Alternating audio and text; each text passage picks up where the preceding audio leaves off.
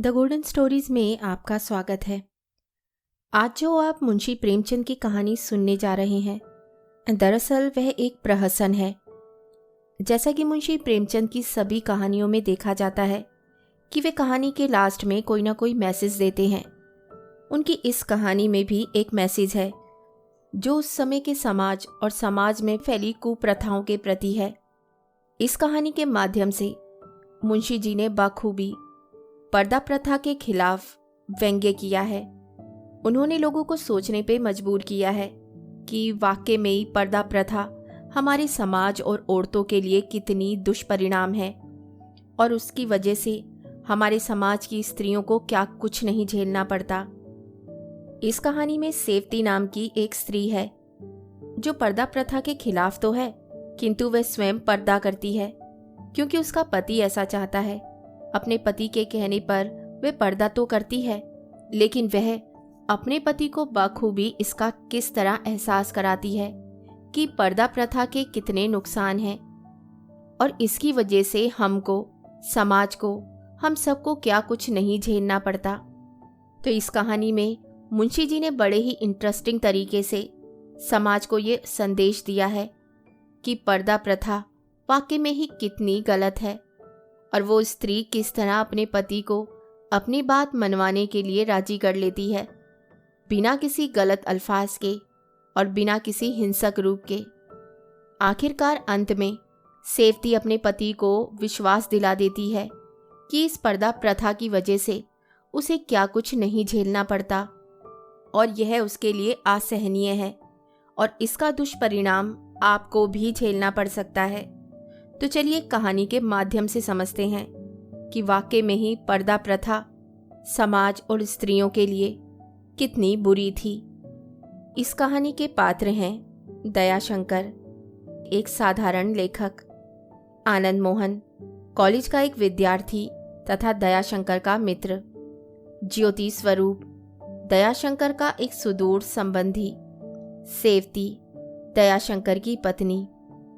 तो होली का दिन है, समय 9 बजे रात्रि। आनंद मोहन तथा दयाशंकर वार्तालाप करते जा रहे हैं। तो चलिए सुनते हैं कहानी। आनंद मोहन: हम लोगों को देर तो ना हुई? अभी तो 9 बजे होंगे। दयाशंकर: नहीं, अभी क्या देर होगी। आनंद मोहन: वहाँ बहुत इंतजार ना कराना, क्योंकि एक तो दिन भर गली गली घूमने के पश्चात मुझ में इंतजार करने की शक्ति ही नहीं। दूसरे ठीक 11 बजे बोर्डिंग हाउस का दरवाजा बंद हो जाता है। दयाशंकर: अजी, चलते चलते थाली सामने आवेगी।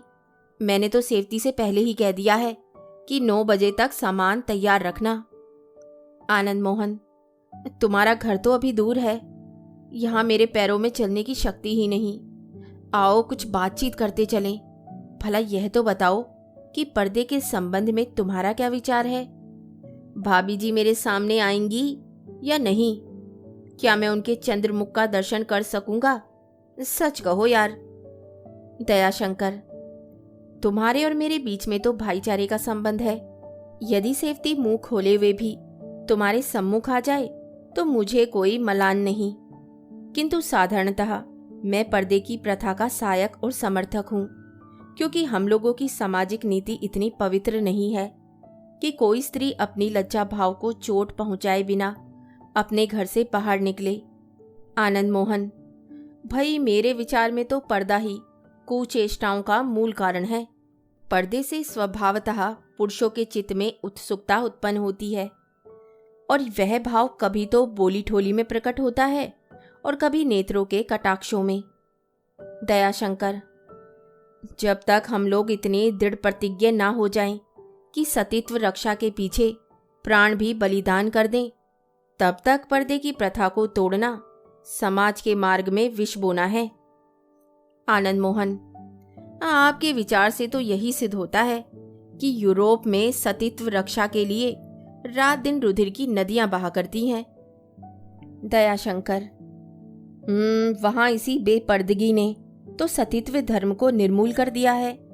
अभी मैंने किसी समाचार पत्र में पढ़ा था कि एक स्त्री ने किसी पुरुष पर इस प्रकार का अभियोग चलाया था कि उसने मुझे निर्भीकता पूर्वक कुदृष्टि से घूरा था, किंतु विचारक ने उस स्त्री को नखशिख से देखकर यह कहकर मुकदमा खारिज कर दिया कि प्रत्येक मनुष्य को अधिकार है कि हाट बाट में नौजवान स्त्री को घूर कर देखे। मुझे तो ये अभियोग और ये फैसला सर्वथा हास्यास्पद जान पड़ते हैं और किसी भी समाज को निंदित करने वाले हैं। आनंद मोहन: अरे यार, इस विषय को छोड़ो, यह तो बताओ कि इस समय क्या क्या खिलाओगे? मित्र नहीं तो मित्र की चर्चा ही हो। दयाशंकर: यह तो सेवती की पाक कला कुशलता पर निर्भर है। पूरियां और कचौरियां तो होंगी ही, यथासंभव खूब खरी होंगी। यथाशक्ति खस्ते और समोसे भी आएंगे। खीर आदि के बारे में भविष्यवाणी की जा सकती है। आलू और गोभी की शोरबेदार तरकारी और मटर दाल मोठ भी मिलेंगे।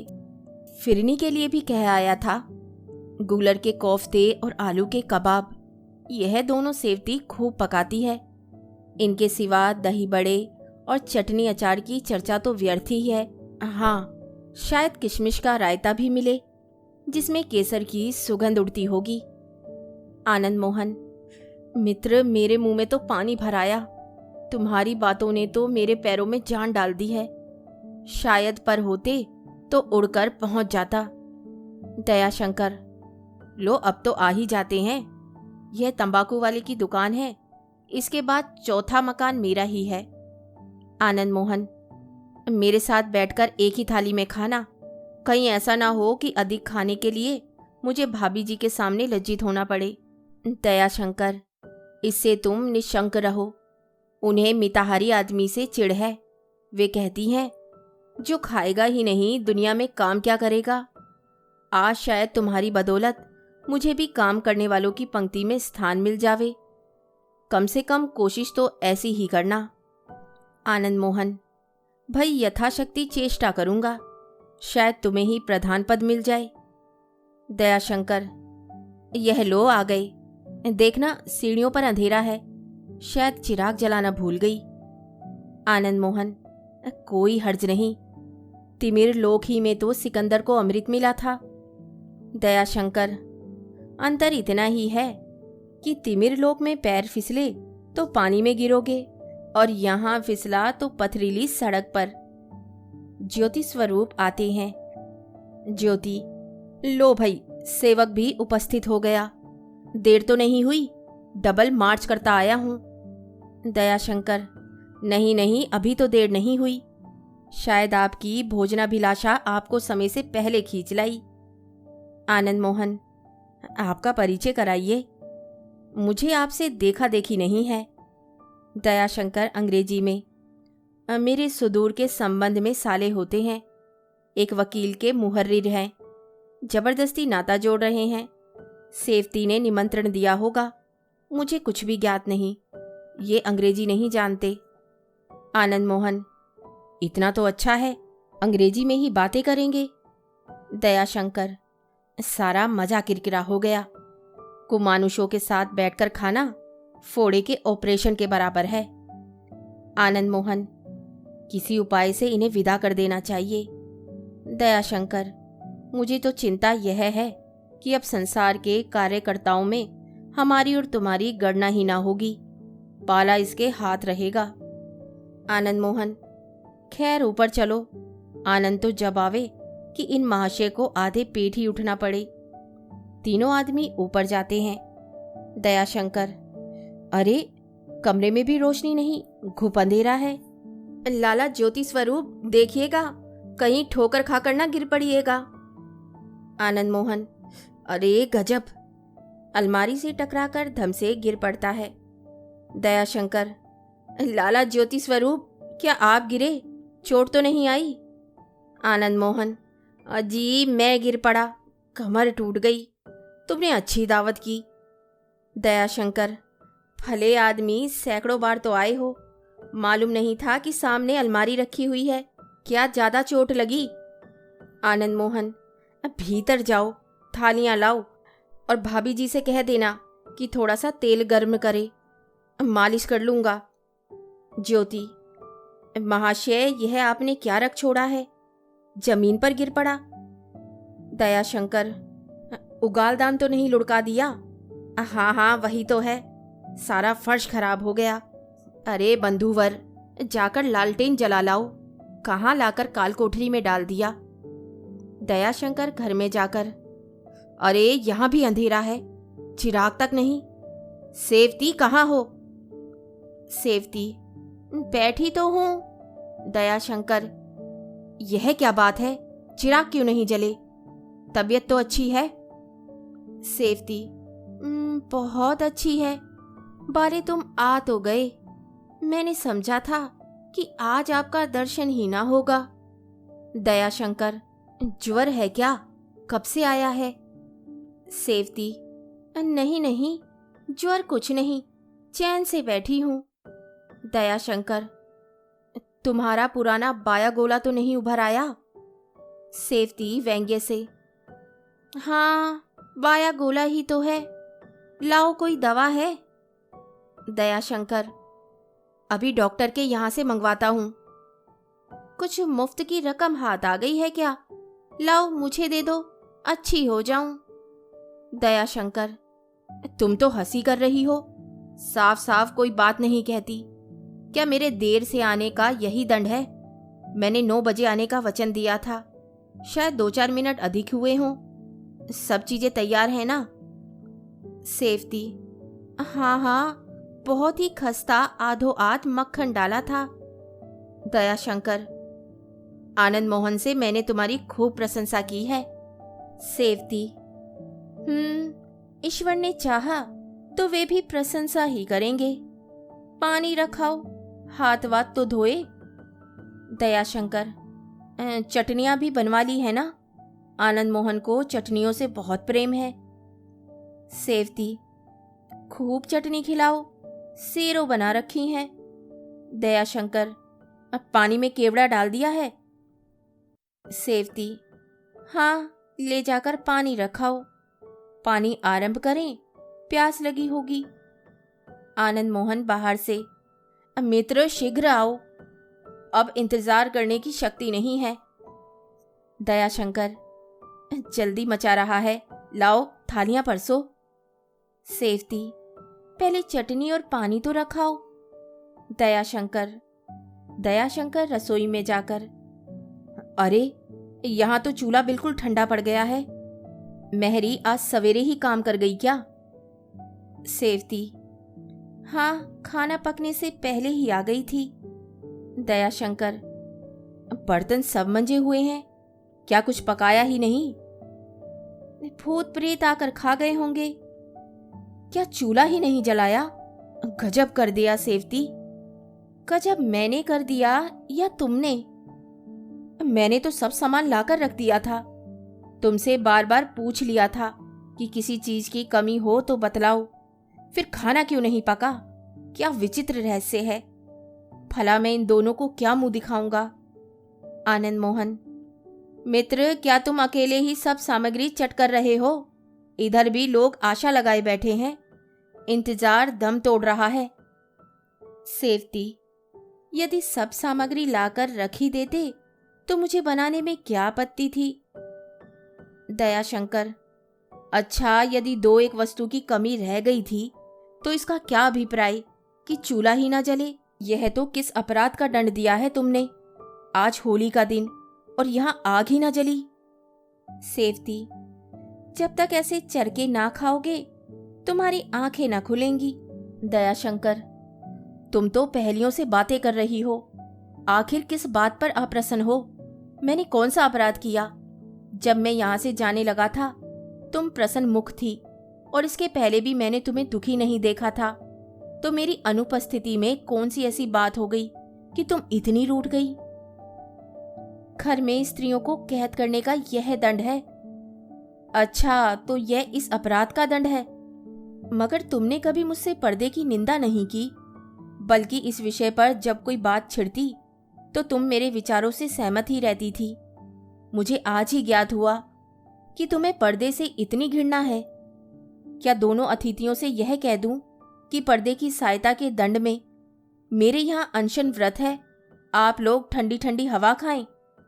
सेवती, जो चीजें तैयार हैं वह जाकर खिलाओ, और जो नहीं है उसके लिए क्षमा मांगो।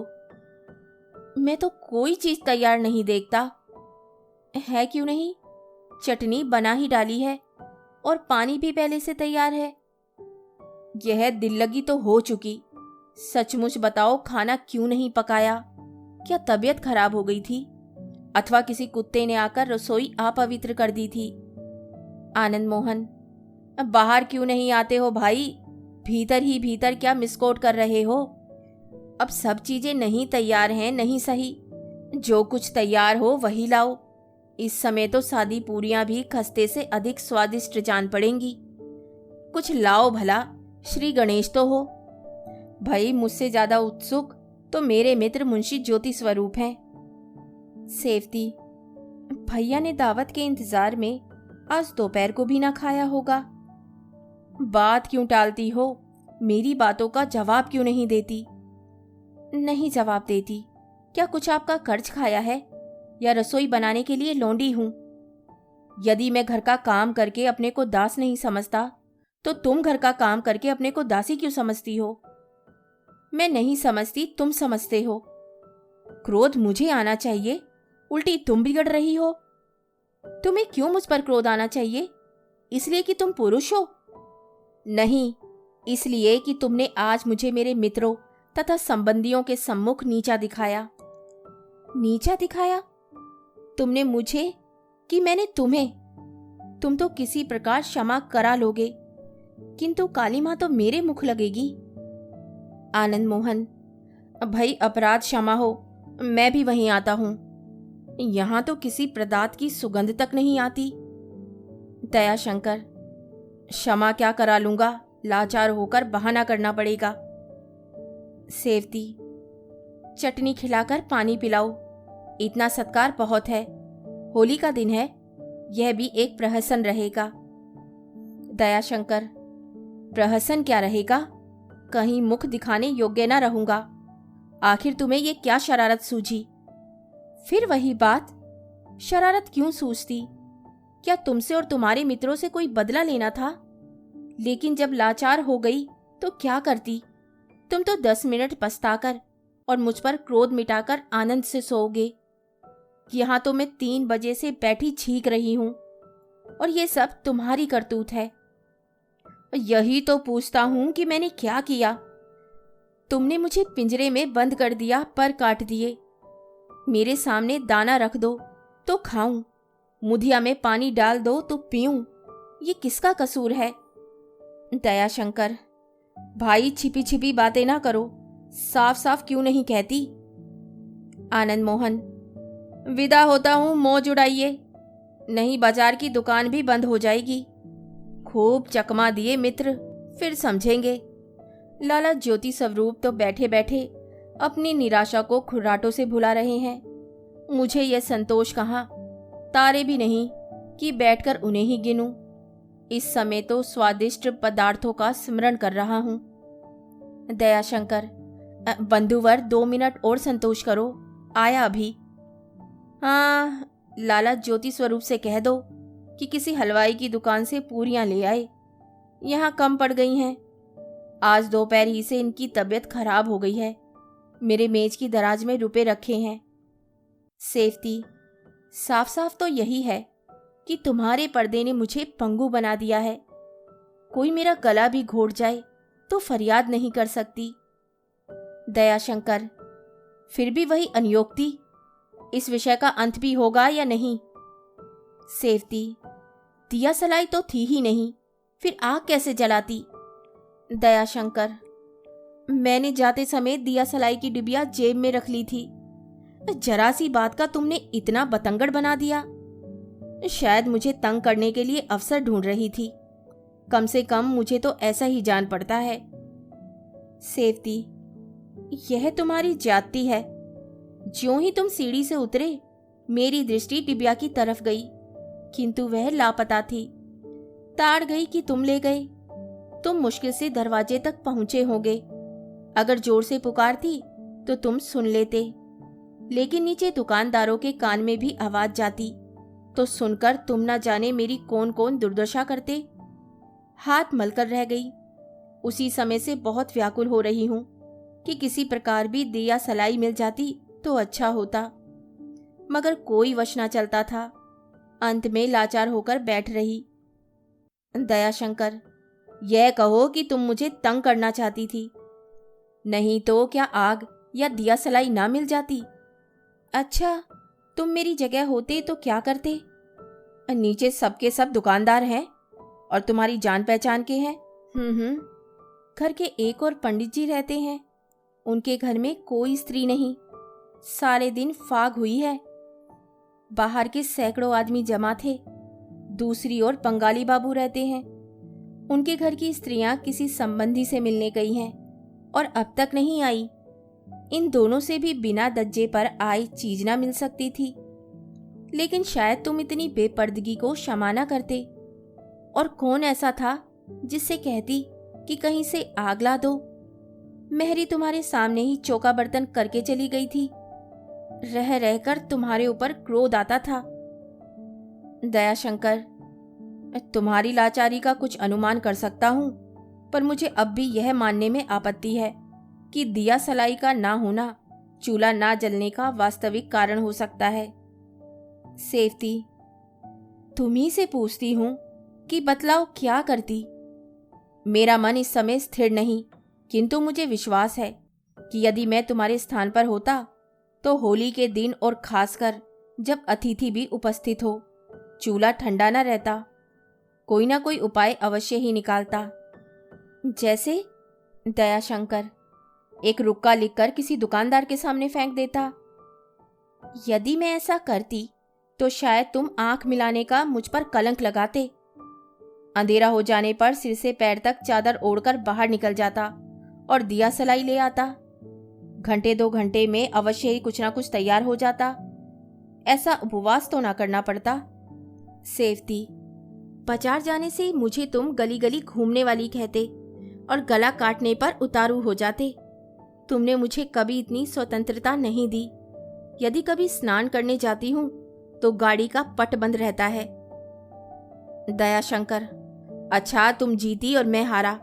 सदैव के लिए उपदेश मिल गया कि ऐसे अत्यावश्यक समय पर तुम्हें घर से बाहर निकलने की स्वतंत्रता है। मैं तो इसे आकस्मिक समय नहीं कहती।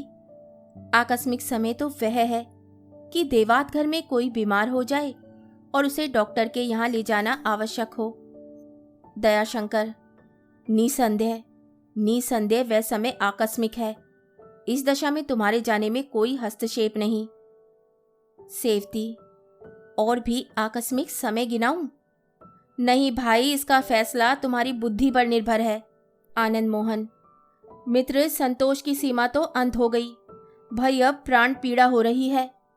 ईश्वर करे घर आबाद रहे। विदा होता हूँ। दयाशंकर, बस 1 मिनट और। उपस्थित हुआ। सेवती, चटनी और पानी लेते जाओ और पूरियां बाजार से मंगवा लो। इसके सिवा इस समय हो ही क्या सकता है? दयाशंकर, मर्दाने कमरे में आकर, पानी लाया हूं, प्यालियों में चटनी है। आप लोग जब तक भोग लगावें, मैं अभी आता हूं। आनंद मोहन, धन्य है ईश्वर, भला तुम बाहर तो निकले। मैंने तो समझा था कि एकांतवास करने लगे, मगर निकले भी तो चटनियां लेकर। वह स्वादिष्ट वस्तुएं क्या हुई जिनका आपने वादा किया था और जिनका स्मरण मैं प्रेमानुरक्त भाव से कर रहा हूँ। दयाशंकर, ज्योति स्वरूप कहाँ गए? सेवती, ऊर्ध्व संसार में भ्रमण कर रहे हैं। बड़ा ही अद्भुत उदासीन मनुष्य है कि आते ही आते सो गया और अभी तक नहीं चौंका। दयाशंकर, मेरे यहाँ एक दुर्घटना हो गई, उसे और क्या कहूँ। सब सामान मौजूद और चूल्हे में आग न जली। आनंद मोहन, खूब भाई खूब, ये एक ही रही, लकड़ियां ना रही होंगी। दयाशंकर, घर में तो लकड़ियों का पहाड़ लगा है। अभी थोड़े ही दिन हुए कि गांव से एक गाड़ी लकड़ी आ गई थी। दिया सलाई ना थी। आनंद मोहन अट्टहास कर, वाह भाई वाह, यह अच्छा प्रहसन हुआ। थोड़ी सी भूल ने सारा स्वप्न ही नष्ट कर दिया। कम से कम मेरी तो बधिया बैठ गई। दयाशंकर, क्या कहूँ मित्र, लज्जित हूँ। तुमसे सत्य कहता हूँ, आज से मैं पर्दे का शत्रु हो गया। इस निगोड़ी प्रथा के बंधन ने ठीक होली के दिन ऐसा विश्वासघात किया कि जिसकी कभी भी संभावना ना थी। अच्छा अब बतलाओ, बाजार से लाऊं पूरियां? अभी तो ताजी मिल जाएंगी। आनंद मोहन, बाजार का रास्ता तो मैंने भी देखा है, कष्ट ना करो, जाकर बोर्डिंग हाउस में खा लूंगा। रहे यह महाशय, मेरे विचार में तो इन्हें छेड़ना ही ठीक नहीं। पड़े पड़े खर्राटे लेने दो, प्रातःकाल चौकेंगे तो घर का मार्ग पकड़ लेंगे। दयाशंकर, मित्र, तुम्हारा यूं वापस जाना मुझे खल रहा है। क्या सोचा था, क्या हुआ? मजे ले लेकर समोसे और कोफ्ते खाते और गपड़ चौथ मचाते। सभी आशाएं मिट्टी में मिल गई। ईश्वर ने चाहा तो शीघ्र ही इसका प्रायश्चित करूंगा। आनंद मोहन, मुझे इस बात की प्रसन्नता है कि तुम्हारा सिद्धांत टूट गया। अब इतनी आज्ञा दो कि भाभी जी को धन्यवाद दे आऊं। शौक से जाओ, शौक से। आनंद मोहन भीतर जाकर, भाभी जी साष्टांग प्रणाम कर रहा हूं। यद्यपि आज के आकाशी भोज से मुझे दुराशा तो अवश्य हुई, किंतु वह उस आनंद के सामने शून्य है जो भाई साहब के विचार परिवर्तन से हुआ है। आज एक दिया सलाई ने जो शिक्षा प्रदान की है वह लाखों प्रामाणिक प्रमाणों से भी संभव नहीं है। इसके लिए मैं आपको सहर्ष धन्यवाद देता हूँ। अब से बंधुवर पर्दे के पक्षपाती न होंगे, यह मेरा अटल विश्वास है। कहानी सुनने के लिए धन्यवाद। तो इसी के साथ मैं आपसे विदा लेती हूँ और कल फिर मिलती हूँ एक नई कहानी के साथ।